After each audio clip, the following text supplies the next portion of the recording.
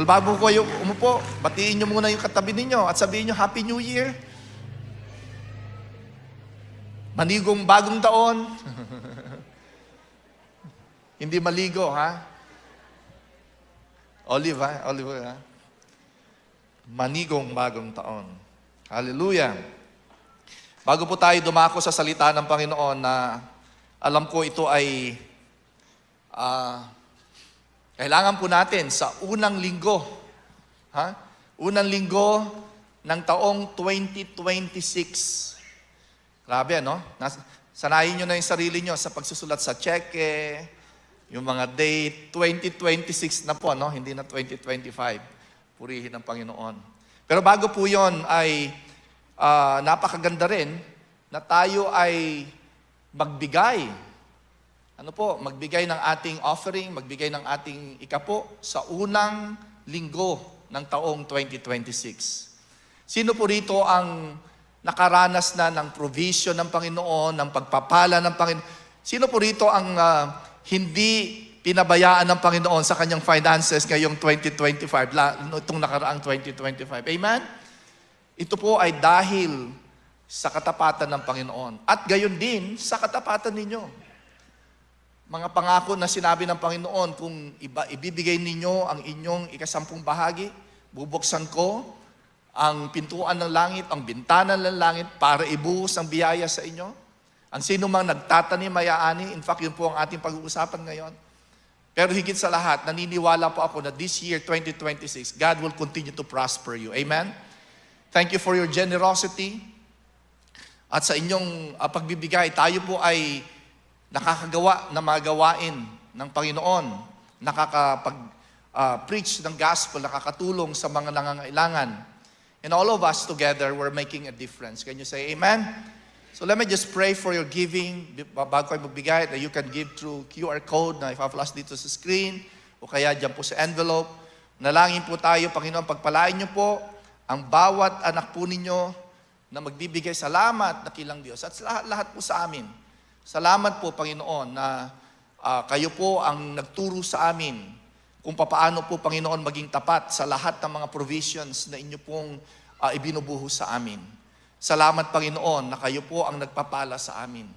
At kaya naman, Panginoon, as they give today, this afternoon, bless them for this first giving for the year 2026. In Jesus' name, and everybody will say amen. Amen. And the host will come and just pass the bucket. Hallelujah. Itong taong ito, 2026, katulad na nabanggit ni Pastor Paul kaninang umaga, ang dami po tayong nababasa na mga, declaration, which is good. Mga declaration for the year 2026. Ano ba mangyayari ngayong 2026? May mga prophetic words, meron ding mga warning words na nagsasabi na, magiging magulo ang mundo, no? Magiging in chaos ang ating ekonomiya, maraming mangyayari sa buong mundo. But then again, tandaan po natin, ano man ang mangyari sa mundo, ano man ang mangyari ngayong taong 2026, hindi tayo nakasalig. We are not founded to what is happening around the world. We are founded to the eternal word of truth, of the word of God. Can you say amen?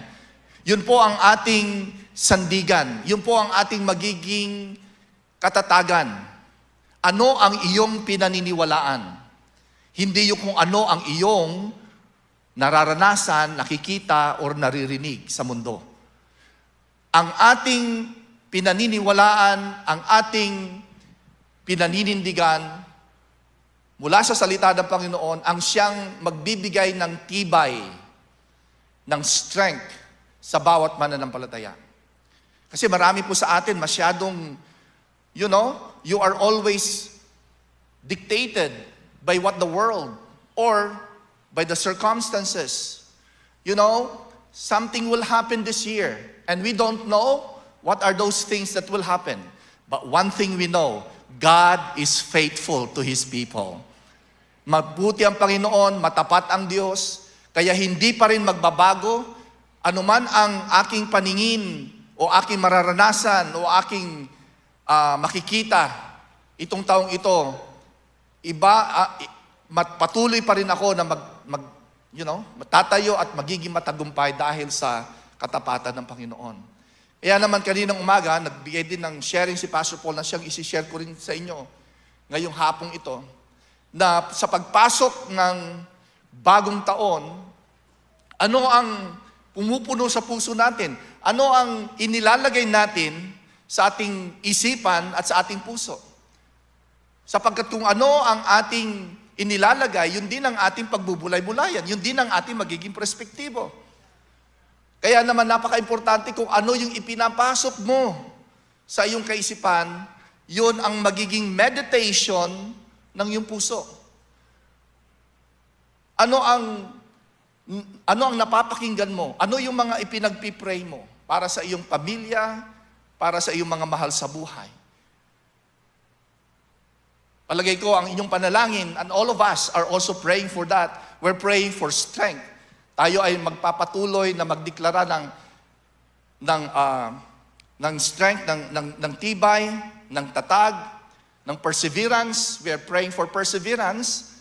Naniniwala rin tayo na bibigyan tayo ng wisdom ng Panginoon, na tayo ay mananatiling matibay, na tayo ay dalangin natin na ang kagalakan at hindi lamang kasiyahan. Ibang ibig sabihin ng kasiyahan sa kagalakan, masaya ka dahil sa napapanood mo, nagagalak ka dahil sa pinaniniwalaan mo. There is happiness and joy. But you have joy in the Holy Ghost. Can you say amen?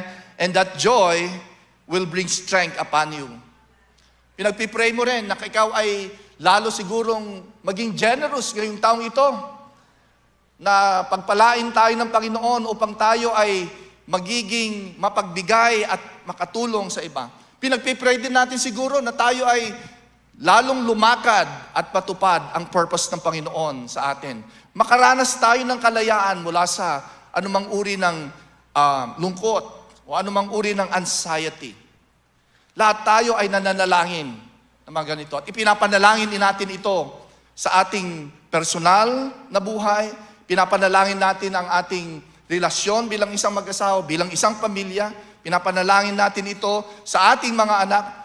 At tayo ay umaasa, it's our hope, na yung health natin, ganun din, na tayo ay magiging malakas sa ating health, sa ating finances, sa ating future, sa ating mga buhay. Pero napaka-importante po, natandaan natin, anuman ang aasahan natin, anuman ang ini-expect natin, dapat ay mayroon ding pagtatanim. Everything that we expect should come from the place of sowing. Yung pagtatanim.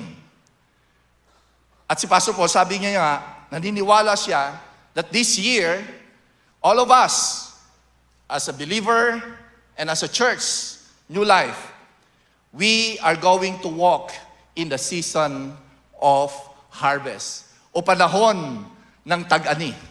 Ang taong 2026, at kinakailangang i-claim na natin yan. Can you say amen? Ang panahong 2026 ay panahon ng tag-ani. Hindi po ba? Sa isang magsasaka, kapag panahon ng tag-ani, lalo na po sa probinsya, ewan ko kung ginagawa pa nila ngayon yun. Kapag panahon ng anihan, may mga nagkakantahan, di ba? May mga nagdiriwang, nagkakainan doon sa parang, doon sa kabukiran, doon sa lugar na kung saan ay nagsasama-sama ang mga community para umani, no? Talaga namang nagkakasayahan sapagkat masaya ang panahon ng anihan. Mga kapatid, sigurado ko itong taong 2026 magiging masaya ang ating taon sapagkat ito ang panahon ng anihan! Hallelujah! Kung ang panahon ng pagtatanim ay medyo kailangan natin ng perseverance, kaya nga ang awit natin minsan pag tayo ay magtatanim ay di biro. Walang nakakaalam na kasi hindi na tayo na. Maghapong nakayuko, Di naman, ayun, kasi lagi kang nakayuko, di ba? Sa pagtatanim. So, but then again, we are believing that in our lives, in our homes, in our families, in our relationships, at hindi lamang, ang pinag-uusapan natin dito mga kapatid, hindi lamang pera, no? We're not talking about money. We're talking about joy, we're talking about peace, we're talking about restoration, we're talking about dreams, yung mga panaginip natin, mga pangarap natin sa mga panahon na kung saan ay nangangarap tayo. At hindi ko sinasabi rin na walang challenges ngayong taong ito. Magkakaroon ng mga pagsubok ngayong taong ito. Magkakaroon tayo ng mga panahon na kung saan makakaranas tayo ng kumbaga ng mga challenges, but there will be a manifestation of God's harvest. God's harvest. Pero alam nyo, every time na magbigay ang Panginoon ng harvest, ng miracle, at kung anumang bagay na kung saan ay nagsasaya tayo, kalimitan, lalo na sa banal na kasulatan, nagbibigay siya ng instruction. At ngayong hapong ito, mga kapatid, katulad nga ng pangako ng Panginoon, there will be harvest, but there will be instruction that you need to do. May mga dapat po nating gawin, sapagkat hindi natin basta-basta lang nararanasan ang pagpapala ng Panginoon. Sa Bible nga, kapag may miracle, katulad ng pagpapakain ng 5,000 mga lalaki, maliban sa mga babae. That's a miracle, di ba? Pero anong instruction? Ano ang mayroon kayo? Meron silang 5 tinapay at 2 isda. So, dinala nila yon sa Panginoon at nagkaroon ng multiplication. Ganun din, ang iba't ibang mga miracle, ano ang instruction ng Panginoon? So ngayong taong ito, binibigyan tayo ng instruction ng Panginoon for us to see the manifestation of harvest. Matthew chapter 6 verse 31 to 33. Ano po yon? Huwag kayong mabalisa na magsasabing ano ang aming kakainin, ano ang aming iinumin, ano ang aming isusuot. Isang instruction yan. Huwag kayo. Yan. Unang instruction ng Panginoon, huwag po tayong, ano daw?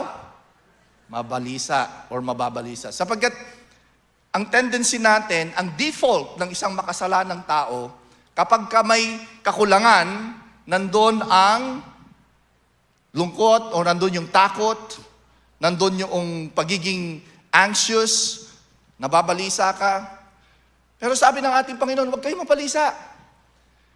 Huwag kayong mabalisa itong taong 2026. Can you say amen?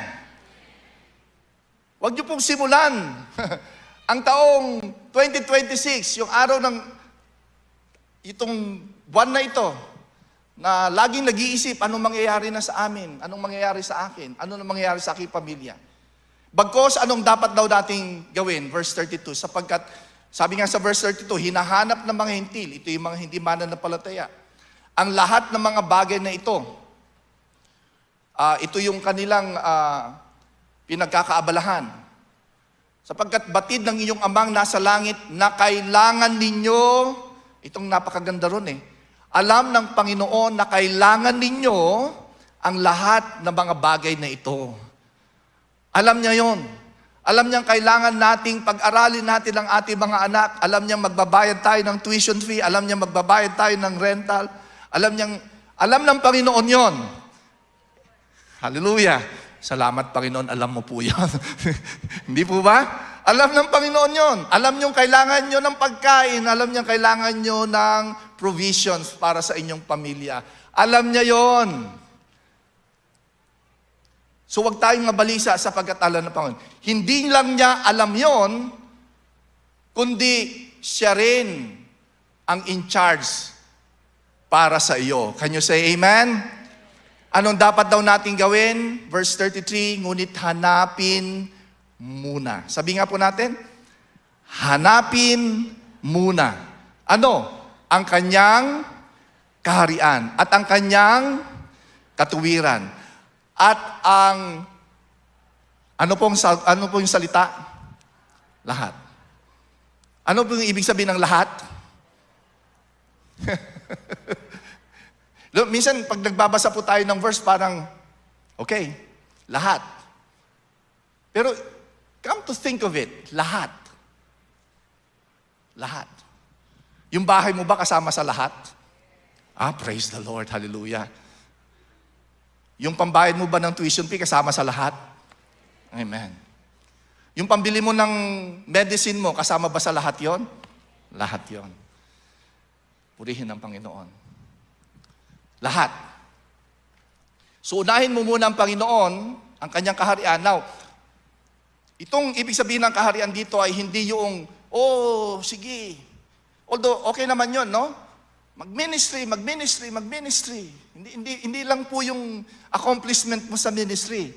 Yung ibig sabihin ng kaharian, yung iyong relasyon sa Panginoon, yung pananalangin mo sa Panginoon, yung pagtitiwala mo sa Panginoon, kasama yon sa kanyang kaharian. Mapalad ang mga taong mapagpakumbaba, yung pag-uugali mo, na siyang nagbibigay ng story or testimony ng kalwalatian ng Panginoon. Hanapin muna natin yun. Unahin muna natin yun. At ang kanyang katuwiran, mga bagay na dapat gawin mo ng tama.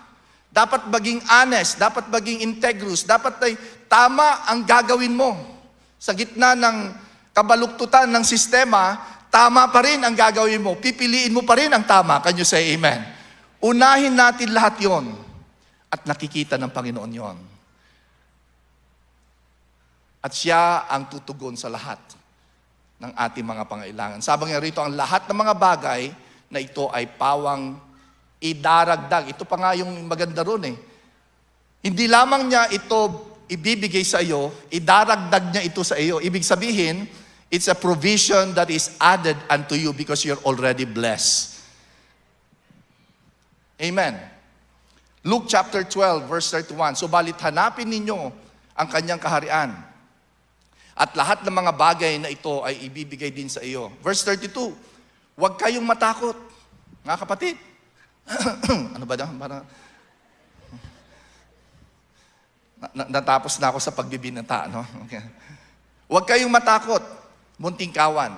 Sapagkat, nakakalugod sa inyong Ama na ibigay sa inyo ang kanyang kaharian. Yun ang pinaka-the best doon. Hindi po tayo, kumbaga, parang nagpupurso para ibigay ng Panginoon. Panginoon, bigay mo po ito. Nagmamakaawa ko sa iyo. Parang awa mo na, Panginoon. Hindi tayo ganon. Kundi tayo ay gustong-gusto ng Panginoon na iparanas niya ang kanyang kaharian, ang kanyang pagmamahal, ang kanyang pag-iingat, ang kanyang pangunguna. Hindi niya ito itinatago at bahala kang maghanap, bahala kang magsakripisyo bago ko ibigay sa iyo. Hindi, mga kapatid. Gustong-gusto niya na iparanas sa inyo ang pag-iingat. Kaya huwag kayong matakot ngayong 2026. Iingatan tayo ng mapagmahal nating Ama kasi gustong-gusto niyang ingatan tayo at ibigay niya sa atin ito. Can you say amen? Sabihin nga po natin, sige po, lahat po tayo. Ako ay paborito ng Diyos. Ngayon, pati yung katabi mo, paborito din ng Diyos yan. So, bakit? Sapagkat ang Diyos, gustong-gusto niyang ibigay at nalulugod siyang ibigay ang dapat na para sa atin. Kaya naman, huwag tayong matakot. Ngayong 2026, huwag tayong matakot. At kung may instruction ng Panginoon para tayo ay magtanim, magtanim po tayo. Well, actually sa totoo lang, lahat ng provision natin nanggagaling sa prinsipyo ng pagtatanim. In fact, lahat ng inanin nyo ngayon at naranasan nyo ngayon ay bunga ito ng inyong itinanim nung nakaraang mga panahon. Genesis chapter 8, verse 22. While the earth remains, basahin po natin sa English, seed time. Sabi nga po natin, seed time and harvest. Ibig sabihin, meron pong seed, planting of seed, meron pong time, may process, and then meron pong harvest. Minsan, ang ating pong nagiging tendency, gusto natin ng harvest. Gusto ko ng harvest. Gusto ko ng blessing. Gusto ko ng provision. Ang tanong, number 1, meron ka bang itinanim? Katulad ng isang magsasaka, Panginoon, kayo po ang magbigay ng harvest dito sa taniman kong ito. Nag-lay hands ako rito. May miracle na mangyayari. Ang tanong ng Panginoon, meron ka bang itinanim? Wala pa. Pero may miracle akong dinideclare. Hindi po. Kailangan magkaroon po tayo ng pagtatanim. Ecclesiastes chapter 3 verse 1 sa Tagalog, sa bawat bagay ay may kapanahunan. May panahon ng pagtatanim, may panahon ng pag-ani. Kaya naman, napaka-importante na tayo ay magkaroon ng pananaw sa buhay.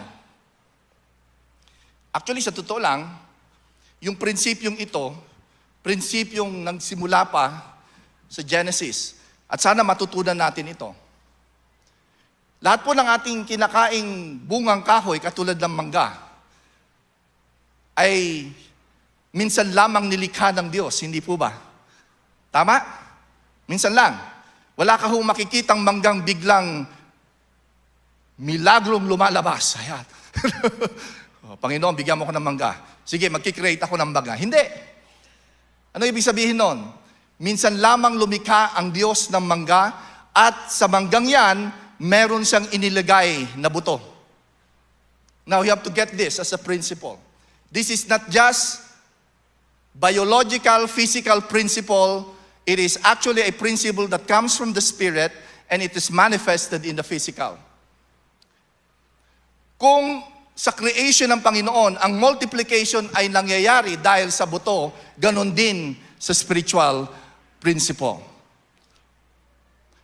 Minsan lamang lumikha ang Diyos ng mangga at ang paglalagay niya ng buto ay nagbibigay ng kapanatagan para sa Kanya na hanggang ngayon kakain kayo ng mangga.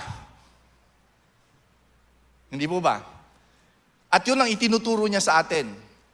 In fact, sinabi niya dun sa Genesis, I have given you fruits, fruit-bearing trees. Inside of it are seeds. So, ibig sabihin, hindi niya sasabihin may buto yan, kung hindi niya ituturo sa atin na bago mo kainin ang prutas na yan, tandaan mo, merong seed yan na dapat mong itanim para magpapatuloy ang provision para sa iyo. Can you say amen? Sa prinsipyong spiritual, ganun din. Meron ka bang itinatanim para nang sa ganon ang yung future ay may isi-secure? At ang taong nagtatanim, hindi lamang sa offering, hindi lamang during offering time. Pag nagtatanim po tayo, kung gusto nating umani ng pagmamahal, meron ka bang itinanim na seed ng pagmamahal? Kung gusto mong ikaw ay makaani ng pagpapatawad, meron ka bang itinatanim na seed ng pagpapatawad? It's all about the principle of planting seed. Mga awit, chapter 1, verse 1 to 3, mapalad ang taong hindi lumalakad sa payo ng masama, ni tumatayo man sa daan ng mga makasalanan, ni umuupo man sa upuan ng mga manunuya. Ano ibig sabihin nito? Hindi ka nagtatanim ng masamang punla. Hindi ka nagtatanim ng masamang seed. You are blessed if you are not a person na kung saan gumagawa ng kasamaan o kaya ay gumagawa ng panunuya. At ito nga po ang nagiging problema sa atin. Minsan, well, it is a natural for a fleshly, carnal, sinful nature. It's easier to get money out of unrighteousness. Hindi po ba? Minsan, parang, kaya nga sabi ni King David, sabi ng Panginoon sa kanya, wag mong, anong tawag noon? wag kang mananaghili sa mga taong napakayaman, pero ang kanilang kayamanan ay kuha lamang sa hindi makatuwirang pamamaraan. At kung minsan nakikita mo sila na parang sila ay nagpa-prosper ngayon, kahit na gumagawa sila ng kasamaan, mga kapatid, may balik at may harvest sa anumang uri ng hindi makatuwiran at hindi maayos na pamamaraan. Tandaan po natin na mayroong balik. Ibig sabihin, talagang it will come back to you. And sometimes we will see them, oh, they're prospering. It seems like you, the righteous one, you who are honest, you who are trying to be hardworking, are the one that are being forsaken. But know this, righteousness has its fruit. And unrighteousness has its fruit also. And it will come back to you, pressed down, shaken together, and running over. In fact, yung context ng verse na yon, yung siksik, liglig, at umaapaw, hindi po pang offering yon. Ang sabi ni Jesus doon, huwag kang humatol para hindi ka hatulan. Huwag kang gumawa ng masama para hindi ka gawa ng masama. Dahil kung anuman ang iyong itinanim, anuman ang iyong ibinigay, anuman ang iyong ginawa, babalik sa iyo, siksik, liglig, at umaapaw. Gusto kong makaani ng makatuwirang pamamaraan. Mapalad ka, sabi ng Panginoon. Can you say amen? Yan ang ibig sabihin ng mapalad. Hindi ka tumutulad sa mga taong nanunuya. Hindi ka tumutulad sa mga taong minamaliit ang pagpananalangin. Hindi ka katulad sa mga taong pinagtatawanan kung ang patungkol sa Diyos ang pinag-uusapan. At pag binabuksan mo ang iyong Bible, pinagtatawanan ka ng kung sino-sino. Hindi mo kailanman yon alintana sapagkat mapalad ang tao na hindi gumagawa ng masama. Verse 2, kundi sa kautusan ng Panginoon, sa salita ng Panginoon, ang kanyang kagalakan, at nagbubulay-bulay siya araw at gabi sa kanyang kautusan. Verse 3, siya ay gaya ng isang punong kahoy na itinatanim sa tabi ng agos ng tubig, at nagbubunga sa kanyang kapanahunan, at ang kanyang dahon ay hindi kailanman malalanta. Sabi mo sa katabi mo, hindi ka malalanta kailanman. Amen! Tama po ba? Walang tagtuyot at hindi ka manunuyo. Sapagkat sabi niya rito, sa lahat ng kanyang ginagawa, siya ay magtatagumpay. Palapakan nga po natin ang Panginoon dyan. Paraan po ng pagtatanim yon. Consistency in walking in integrity. Consistency in walking in honesty. Consistency in walking with the Lord. And sometimes people cannot see what you're doing. Never mind, hindi naman tao ang iyong ginagawa nito, kundi ang Panginoon. Can you say amen? Ang iyong personal na relasyon sa Panginoon, ang siyang nagiging dahilan kung bakit lumalakad ka ng tama at nagiging tapat ka sa Panginoon. Hindi sa kung ano ang nakikita ng tao o palakpak ng tao, o sa dami ng likes o ng ano tawag nun, yung love, yung heart emoji doon sa Facebook mo, kada post ka na kung ano-anong pinopost mo doon. Hindi yun ang sukatan kung saan ay may katagumpayan sa buhay. Ang iyong katagumpayan, kapatid, ay dahil sa iyong personal na lakad, personal na pananampalataya, personal na paglilingkod sa Panginoon, sapagkat siya ang iyong kilala at siya ang iyong nilulalhati. Can you say amen? Galatians chapter 6, verse 7 to 10. Huwag ninyong linlangin ang inyong sarili. Tingnan nyo ito. Minsan, nililinlang natin yung ating sarili, di ba? Hindi maaring tuyain ang Diyos. Hindi natin pwedeng i-deceive ang Panginoon. Hindi natin pwede siyang, kumbaga, maliitin. Kung ano ang itinanim ng tao, yun din ang kanyang aanihin. Ang nagtatanim para sa sarili niyang laman ay aani ng pagkabulok mula sa laman. Ngunit ang nagtatanim para sa Espiritu ay aani naman ng buhay na walang hanggan.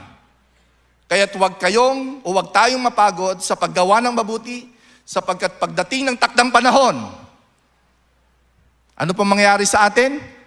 Tayo ay ano? Meron kayong takdang panahon. At 2026 ay magiging takdang panahon para sa inyong anihan. Palapakan po natin ang Panginoon dyan. Woo! Glory to God. May takdang panahon. May due season na kayo. Ang iba sa inyong overdue na. Overdue na ang delivery ng inyong provisions. Can you say amen? Huwag kayong mawalan ng pag-asa. Huwag kayong susuko. Sabi nga rito, kung hindi kayo susuko, may takdang panahon. Verse 10, kaya nga, basta may pagkakataon ay gumawa kayo ng mabuti sa lahat ng tao. Bakit? Kasi ang paggawa ng mabuti, mga kapatid, ay pagtatanim. Isang uri ng pagtatanim yan. Huwag kayong magsawa sa paggawa ng mabuti. Huwag kayong magsawa na maging honest. Huwag kayong magsawa na kayo ay gumagawa ng tama. Kahit na maliliit na bagay lang. Mga kapatid, ang maliit na bagay ay lumalaki rin habang inyo itong pinag-iipunan.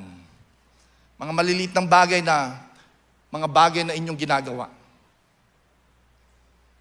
Kaya gumawa po tayo ng mabuti sa kapwa. Romans chapter 8, verse 5 to 6.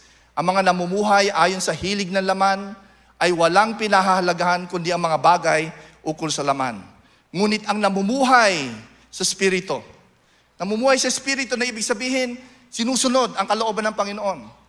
At patuloy na nagpupursue para sa Panginoon ay nagpapahalaga sa mga bagay na spiritual. Ang pagsunod sa hilig ng laman ay maghahatid ng kamatayan. Pasasaan ba ang iyong pinagnanasaan sa laman? Meron ding dulo yan. At ang dulo ng pagnanasa sa laman ay kasiraan. It's either kasiraan ng relasyon, kasiraan ng pamilya, kasiraan ng iyong pagkatao. Huwag nating babasta-bastahin ang mga itinatanim natin na hindi maganda. Dahil sabi ko nga sa inyo kanina, matindi ang balik niyan. Minsan, ang naapektuhan, hindi lang ikaw, pati ang iyong pamilya, pati ang inyong mga anak. Di ba napakasakit yon na ang balik o ang ganti ng paggawa ng hindi maganda o pagsusow ng seed ng hindi maganda, pag binalik yan, hindi lang sa iyo babalik yan, babalik pati yan sa iyong henerasyon. Katulad din ng pagsusow ng seed ng kabutihan. Alam niyo po ang ginagawa ninyo? Sinisecure ninyo ang provision ng inyong pamilya at ng inyong generation. Can you say amen? Doon po sa amin, doon po sa amin, may tanim si Pastor Heidi at si Pastor Paul Giage na puno ng mangga. At ngayon, namumulaklak na naman. Kaya nga kapag kahon namunga yung mangga nila, tumitingala ako, meron na naman kami mahihingi dito. Di ba? Kaya ang sinasabi ko kila Pastor Paul, sa Pastor, meron po kami nilulutong alamang ho rito. Baka ho gusto nyo. Yung ibig sabihin pala, manghihingi kami ng mangga nyo, Pastora. Anyway, sa puno ng manggang yan, sigurado ko, pati ang mga anak ni TJ na nag-testimony kanina, at saka ni Zoe, aanihin yan, yung mga kaapu-apuhan nila. At, in fact, doon sa amin sa probinsya, meron kaming puno ng mangga doon, na panahon pa yata ng lolo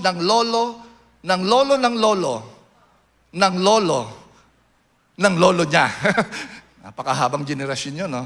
Na napakalaas na po yung mangga na yun, na kapag namunga, tinitingala na lang po namin, kasi wala po kaming kaparaanan para ito'y pitasin, dahil napakataas ng punong kahoy na yun, sa tanda ng puno ng mangga na yun.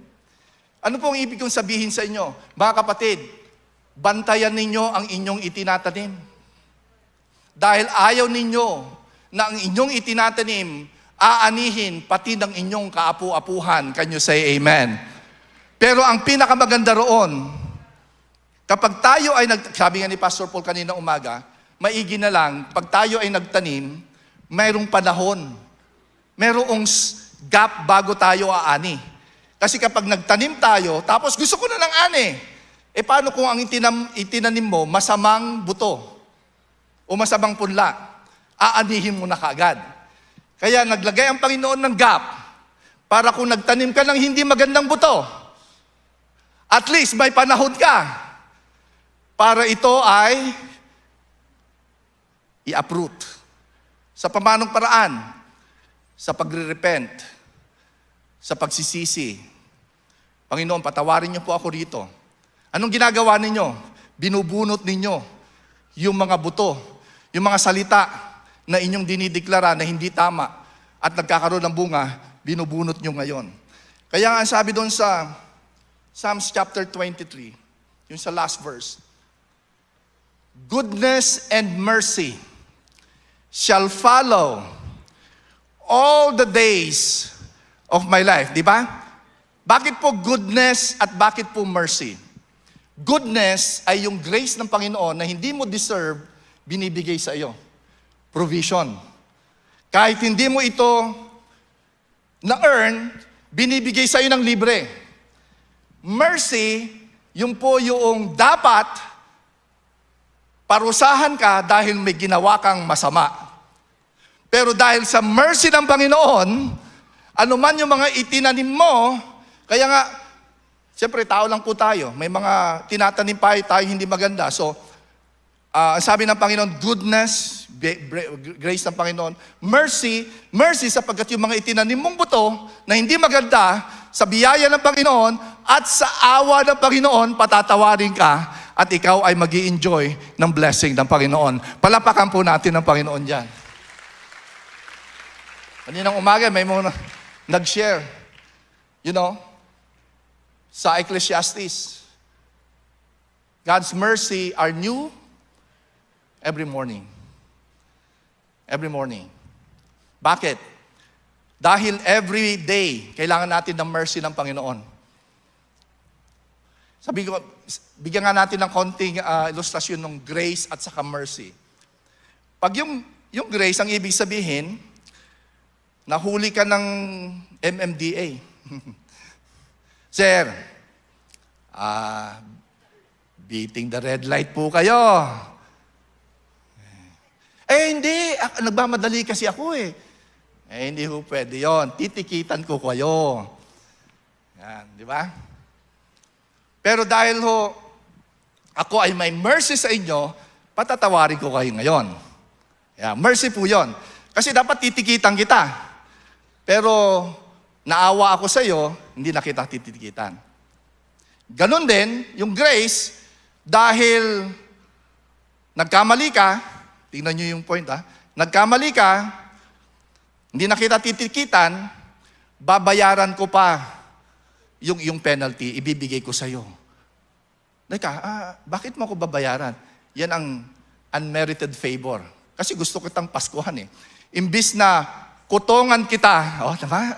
Matindi yun, di ba? Mga kapatid, di ba? Imbis na humingi ako ng kotong sa iyo, ako ang magbibigay ng blessing sa iyo. Nakakita mo kayo ng MMDA na nag-bless sa iyo ng 1,000? Wala, di ba? Yun po yung grace. You receive unmerited favor before God. And you will be surprised and will be amazed. Bakit mo ako binigyan ng biyaya? You're supposed to be punished. Hindi na kita parurusahan dahil sa aking awa. Palapakan nga po natin ang Panginoon dyan. Paano ka pa naman hindi magpapasalamat sa Panginoon sa kanyang kabutihan? Amen? Can you say amen? Kaya naman, ngayong 2026, tayo ay magtanim, tayo ay mag-sow. At higit sa lahat, mag-expect tayo ng harvest mula sa Panginoon. And I pray that all of you, as you go to the journey of 2026, mga kapatid, keep sowing. Keep sowing. Patuloy kayong mag-sow. Sabi nga dun sa Book of Amos, habang darating ang panahon, sabi niya, darating ang panahon na ikaw ay nagbubungkal at ikaw ay umaani na rin ng sabay. Habang ikaw ay nagsusow ng seed, may daladala kang harvest mula sa Panginoon. At yan ang mangyayari sa atin ngayong 2026. Can you say amen? Woo, glory to God.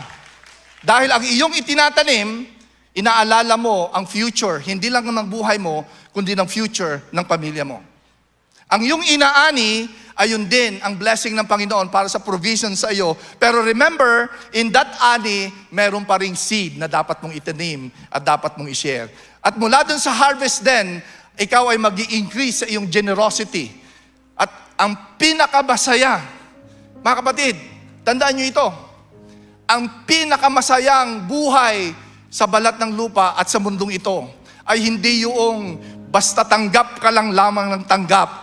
Ang pinakamasaya sa buhay ay ikaw ay nagiging pagpapala para sa iba. Yun ang pinakamasaya sa lahat.